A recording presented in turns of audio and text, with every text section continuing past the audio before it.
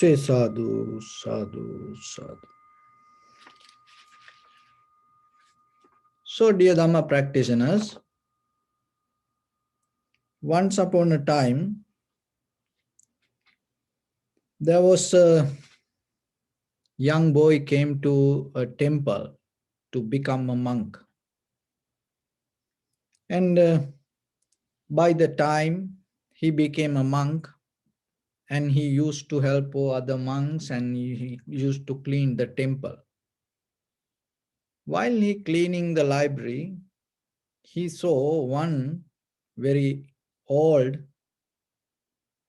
valuable book. Even though he became a monk, he didn't recognize his responsibilities, abilities, and capabilities. He still used to be kind of like a lay person. So he thought to steal this book and sell and get some money. So what he did, he took that book, went to the market and look that to place to sell this book. And he found a bookseller, and he went to this bookseller and gave this book and got little money.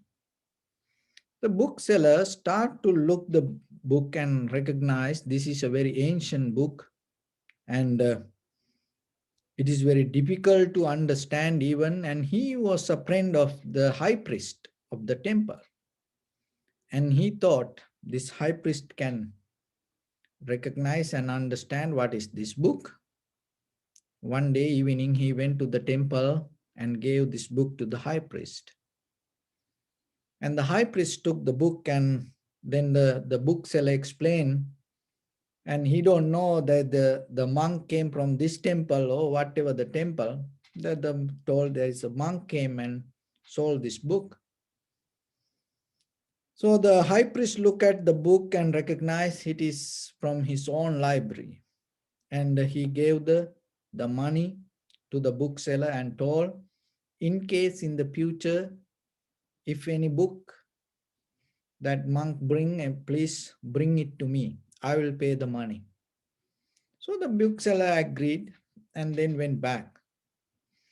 So then the high priest wrote in a paper, you are more than what you think, and put the temple seal on that paper and put on the middle of the book and went and placed in somewhere in the same library. So this young monk used to clean, and no one recognized there is a book missing. So then he again got familiar with the book, and he saw this, oh, previously I used to had the book and I earned some money. This book is kind of like the same. He didn't recognize what is, and then he started to open the book and he saw the paper. What is the paper? You are more than what you think. And the temple seal, and he knew.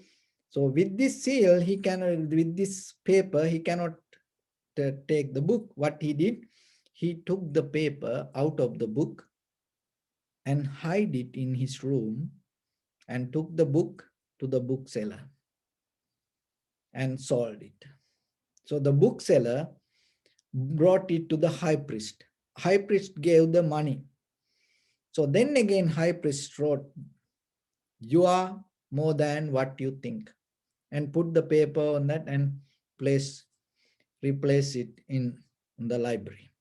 So then again, for the third time, he found another book, same kind of. Then he thought, oh, this is a good opportunity. I can sell this book also. And then he saw, you are more than what you think. So more than the previous time, he started to read this, and it came to his mind what it's saying. It's very simple, not that much kind of like a puzzle or very difficult language. No, you are more than what you think. And he took the paper and hid it in his room and went to the bookseller and sold it. So the bookseller brought it. So then the next day, the high priest told to the bookseller, the next time, when in case if that monk come to you and sell the book and bring it to me, but remember, when you come next time, don't look at my face. From far away, just look down and keep the book on your head and just bring it. So the bookseller was agreed and he didn't know what going to happen. And for the third time, the high priest wrote, you are more than what you think. And then he went and put the book again inside the library. So this monk found it. Now he is smart to find the same kind of book, and he know the value, and he know the place to where go and sell. And at the same time, he found you are more than what you think. For the third time, he saw that. It came to his mind, because when you see something three times, that's why, when you say Namo Tassa, or even when you say Buddhang Saranang Gacchami, or whatever the things, even in parliament or even in a meeting, when you say three times, it go to your memory. So this monk, this little monk, start to think about this. And he thought, this is the last time I'm going to sell this. I'm not going to do anymore. Now he start to think, you are more than what you think. So then he determined, this is the last time, this is enough. And he went to the bookseller and sold that. So then that day evening, the high priest knew the book missing. High priest told him, come, you already became a monk. Now you have to learn to become a high priest. Because I am very old, and by the time I will die, you have to take care of these things. So then come, and today take my seat. And you go, you are the high priest, you going to go to sit and take care of the temple. I will just take a rest. And he prepared as like a high priest and sat on the chair.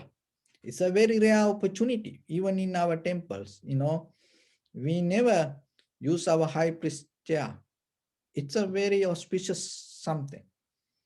So this monk was so happy, I had the opportunity to, and he was sitting there. And then in the evening, there was a, bookseller that's keep coming, the book on the top of the head, and came and offered it to, and he got the book and he got shocked, and he recognized the bookseller.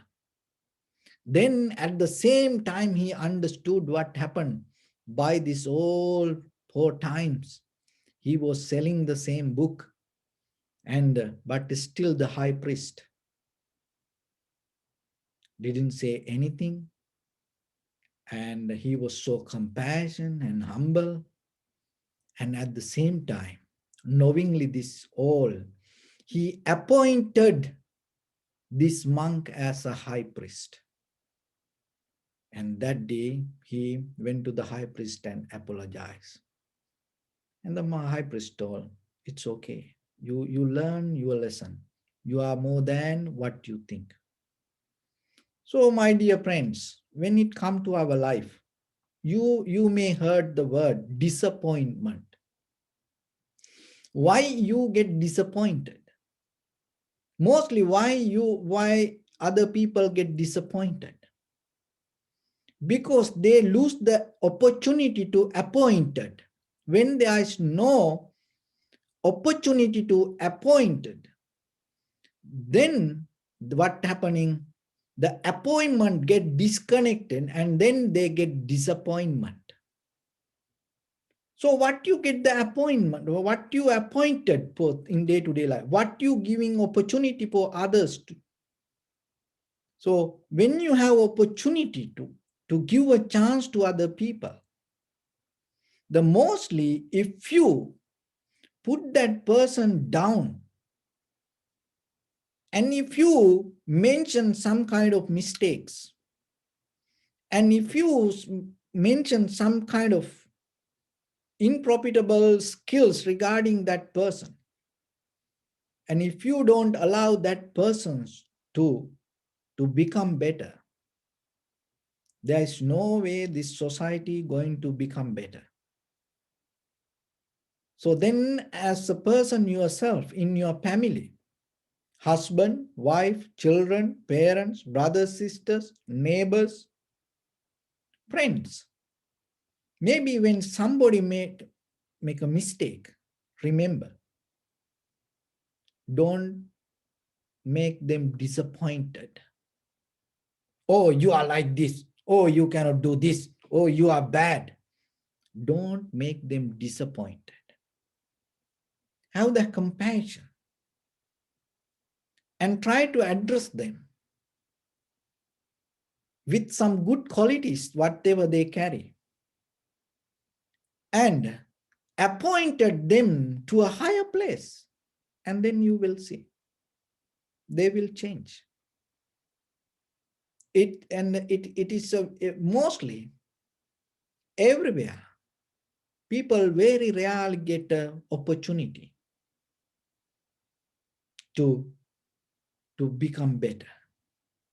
So when next time when somebody make a mistake, so yourself don't be disappointed and don't make other people disappointed. And with higher qualities, appointed them to a better place in your life. So then you will see how the change will happen. So believing this that is what called you taking the path of the Dharma. Dharma means what you carry in your heart. Dharma means what you practice within yourself. Dharma means what you hold as your passion, as your lifestyle. So believing something and acting in a different way, it's not going to work for you. It's kind of like a wasting time. So remember, you are more than what you think. And then day by day, try to develop yourself. You are a child from the mother universe. You have all the qualities in the universe. And you have the cosmic power. When you don't believe that, you believe the cosmetic power. So when you don't believe the power of the mind, then you go to believe the power of the tools. So that way, you cannot find the change. You will be the same. So as you know, we sometimes say, sansaric journey, circle. So what is this circle means? So because never think that in our life, you will never find the one thing twice. It never going to happen. So then why it called kind of like a journey, the circle? What is the meaning of the circle? The circle means that there are fundamental qualities that the dharma within ourselves. We all have to play this life and according to that pattern. So like the seasons, you never going to experience the same temperature in every season. No, but at the same time, even though temperature is going to be changed, during that time, same kind of the quality and the nature you will experience when it cold in the summertime, in the winter time. So you will experience it in a different way. So like in your life, whatever you hold in your heart, every day you're going to experience in a different way. So it become kind of like a circle, day by day, day by day, day by day. Another thing is always within getting old, getting sick, and the dying. This is going to happen wherever you go. It is another circle. So every day just maintaining this circle is not the life. So you have to somehow find a way to end this. That is the purpose of the Buddha's teaching. So when it comes to the meditation, tranquility meditation and the vipassana meditation, chitta bhavana and the panya bhavana. So when it comes to meditation, it try to develop your mind to get into that higher wisdom. So when it comes to that higher wisdom, one thing that you have to develop, the, the frequency in your mind with the thoughts that you carry. So as you know, when you going to communicate with the child, that you cannot communicate with the child like you are a professor, you are a chairman, you are a teacher, you are the father, you are the mother. You cannot communicate with the child like that way. When you want to clearly communicate with the child, what you have to do, you have to become like a child. You have to say weird words, and you have to bend your all the joints, and you have to move here and there. And when the child start to recognize you as a child, then there is a communion happen. There is a connection happen. That communion, that communication become the bond. So when it come to the Dharma, the same. So when it come to the Dharma, to understand the Dharma, you cannot hold the idea whatever the you want. You cannot play the life that whatever the you want. So then slowly you have to tune your mind, tune your heart, tune your lifestyle according to the, the, the theory of the Dharma. It's not difficult. It is in you. So then what is the best theory? Be natural. That is the one of the most difficult thing that we can, that to do, becoming natural. Even look at the world, that it became more and more and more synthetic, artificial, silicon. And it is very difficult to find out what is natural, what is artificial. So then our life also same. Why? Because when we maintain our life from unnatural things, we naturally become unnatural. So then it is a great challenge for you to be natural today. Why everything becoming unnatural, unnatural, unnatural? So when it comes to the Dharma, Dharma means, so the very important thing that you have to remember when you come to Dharma, being natural. When you sit for meditation, be natural. When you observe something, be natural. So how you can be natural? Simply don't follow thoughts. Simply don't follow patterns. Just learn to be for a moment. And then you will get connected to that frequency. It's same like how you tuning the radio, how you tuning the TV. Nowadays, this everything auto, but that is still manually also you can do things still. So when you do manually, and you have to get into the same frequency to get that channel. So same like when it comes to the wisdom, when it comes to the Buddha's teaching, there is a frequency you have to tune. So that frequencies should be natural. It is cannot make by ideas. It's not going to address to any ideas.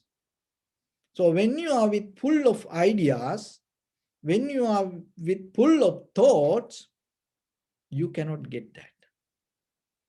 So then always remember, when you sit for meditation, be natural.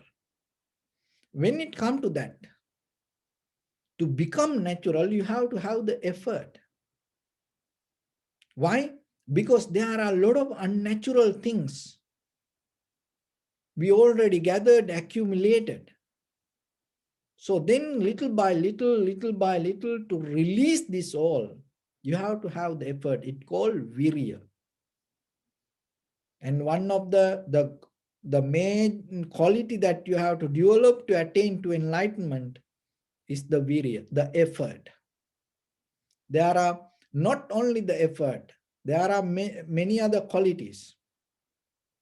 So mostly 10 qualities that you have to develop into the same method and the same frequency and to the same strength to gain to the enlightenment. But one of the thing is the effort. So when it comes to effort in day-to-day life, where you have to put the effort. So mostly we put the effort with the physical actions. And we use the effort to struggle with this outside world. But when it comes to the effort, the most important part is, can you use the effort to observe and recognize your own mind? And that is what called sati, recognition. And it look like very simple. Of course, it is very simple. And it is little. It is not that much big. But that little thing has power to change everything. It's like this. When you make a cup of tea, just imagine this cup of tea or coffee, and 1 spoon of sugar can change the entire taste of the cup of tea or coffee. So same like that, when you develop the awareness, in that awareness has so much power to change that everything, whatever come out of your bodily, verbally, mentally action. So then focus to that. Have the effort in you to recognize your mind. Not others, not what others do, or not what others say, where they go. No, start to look into you and see. Just recognize. You don't need to change anything. Keep going the same thing, keep doing the same thing. Just recognize what is there. That is important. And then maintain that recognition. To see your mind day, night, again and again, again and again. Just learn to see. Learn to see. And then you will recognize the moment by moment, whatever the thoughts come to you, that itself it's going to go. So whatever the things come to you as ideas, it's not going to be forever. For the moment, it will be there and it will disappear. So that recognition will take you to certain understanding. And that once you have that understanding, then that clarity will bring some qualities to your bodily, verbally, and mentally action. And then you mainly recognize what is profitable, what is unprofitable. So then that it will help you to recognize what is major and what is minor in your life. That recognition no one can teach you. That recognition will come to you by the power of observing your own life. What is major and what is minor? Where you have to put the effort, where you should not put the effort.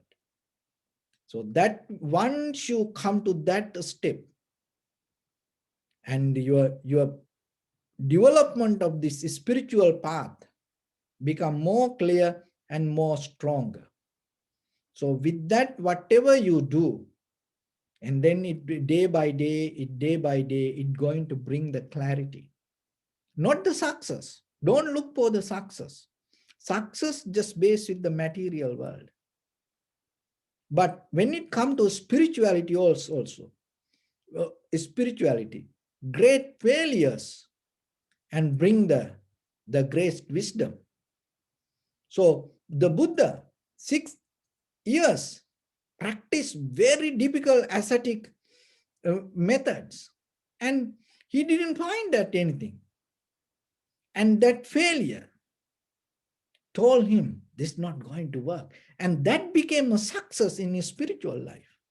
But in material world, it's kind of like a failure. That's why all the 5 ascetic, went away. Oh, he give up. He give up. He not going to attain to Buddha anymore.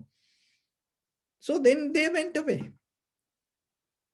So, but that became the major point, breaking point from the all other tradition during that time to change the pattern. So then your failure sometimes going to become the biggest success in your spiritual path. Look at all other, the most of the during Buddha's time, most of the followers who ever came to Buddha, they greatly fail in their conventional lives. Patachara, Kisa Gotami, Sopaka, Sunita, Rajumala, Angulimala, they all, you cannot tell them they are success. They all failed, but that failure opened the gate to completely change the life. So then remember, that's why when the opportunity comes for you to recognize that truth, and you will see and how blessed you are to have that failure in your life. So that's why remember in day-to-day life, whatever you do, even the people around you, your loved ones, your family members, your friends, when they fail, don't make them disappointed.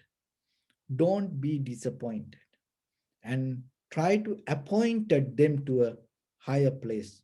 And then you will see it become an opportunity for transform themselves, liberate themselves, change themselves, and open new path.